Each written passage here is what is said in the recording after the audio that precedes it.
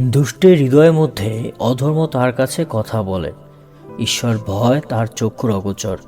সে নিজের দৃষ্টিতে আত্মশ্লাঘা করিয়া বলে, আমার অধর্ম আবিষ্কৃত ও ঘৃণিত হইবে না। তার মুখের বাক্য অধর্ম ও ছল মাত্র। সে সুবিবেচনা ও সদাচরণ ত্যাগ করিয়াছে। সে আপন সজ্জাতে অধর্ম কল্পনা করে। সে কুপথে দাঁড়াইয়া থাকে। সে দুষ্কর্ম ঘৃণা করে না। সদাপ্রভু, তোমার দয়া আকাশমণ্ডলে ব্যাপ্ত, তোমার বিশ্বস্ততা গগনস্পর্শী, তোমার ধর্মশীলতা ঈশ্বরের পর্বতসমূহের তুল্য, তোমার শাসন সকল মহা জলধির স্বরূপ। সদাপ্রভু, তুমি মনুষ্য ও পশু রক্ষা করিয়া থাকো। হে ঈশ্বর, তোমার দয়া কেমন বহুমূল্য। মনুষ্য সন্তানবর্গ তোমার পক্ষ ছায়ার নিচে শরণ লয়। তাহারা তোমার গৃহের পুষ্টিকর দ্রব্যে পরিতৃপ্ত হয়। তুমি তাহাদিগকে তোমার আনন্দ নদীর জল পান করাইয়া থাকো, কারণ তোমারই কাছে জীবনের উনুই আছে। তোমারই দীপ্তিতে আমরা দীপ্তি দেখিতে পাই। যাহারা তোমাকে জানে, তুমি তাহাদের প্রতি তোমার দয়া ও সরলচিত্তদের প্রতি তোমার ধর্মশীলতা চিরস্থায়ী করো।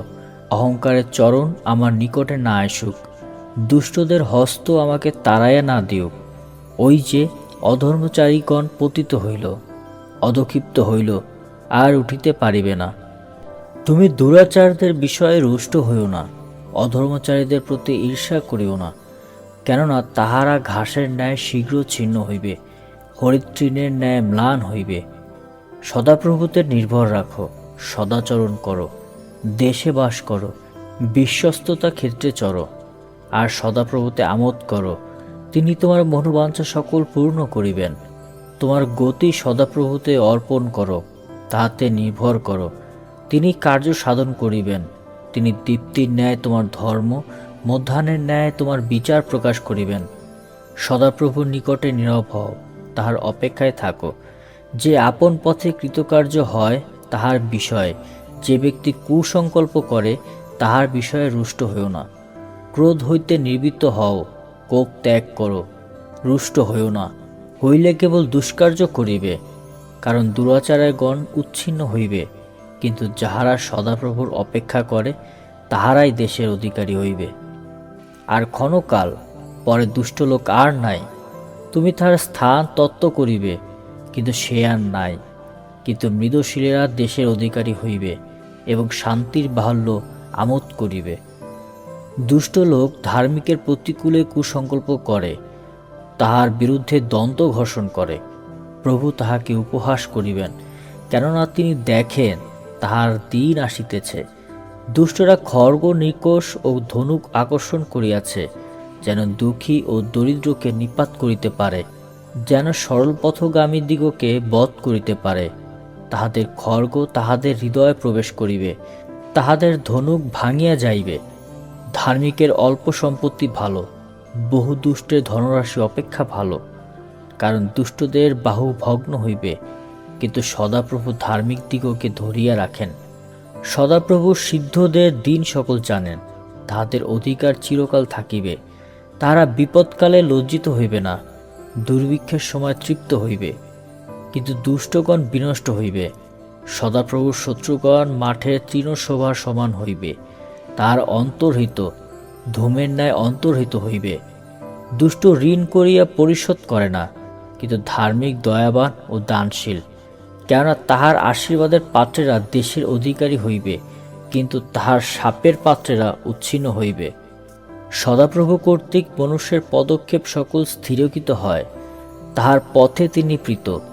পতিত হইলেও সে ভূতলশায়ী হইবে না, কেননা সদাপ্রভু তাহার হস্ত ধরিয়া রাখেন। আমি যুবক ছিলাম, এখন বৃদ্ধ হইয়াছি, কিন্তু ধার্মিককে পরিত্যক্ত দেখি নাই, তাহার বংশকে খাদ্য ভিক্ষা করিতে দেখি নাই। সে সমস্ত দিন দয়া করে ও ধার দেয়, তাহার বংশ আশীর্বাদ পায়। তুমি মন্দ হইতে দূরে যাও, সদাচরণ করো, চিরকাল বাস করিবে। কেননা সদাপ্রভু ন্যায় বিচার ভালোবাসেন, তিনি আপন সাধুগণকে পরিত্যাগ করেন না। তাহারা চিরকাল রক্ষিত হয়, কিন্তু দুষ্টদের বংশ উচ্ছিন্ন হইবে। ধার্মিকেরা দেশের অধিকারী হইবে, তাহারা নিয়ত তথায় বাস করিবে। ধার্মিকের মুখ জ্ঞানের কথা বলে, তাহার জিহ্বা ন্যায় বিচারের কথা কহে। তার ঈশ্বরের ব্যবস্থা তাহার অন্তরে আছে, তার পাদবিক্ষেপ টলিবে না। দুষ্ট লোক ধার্মিকের প্রতি লক্ষ্য রাখে, তাহাকে বধ করিতে চেষ্টা করে।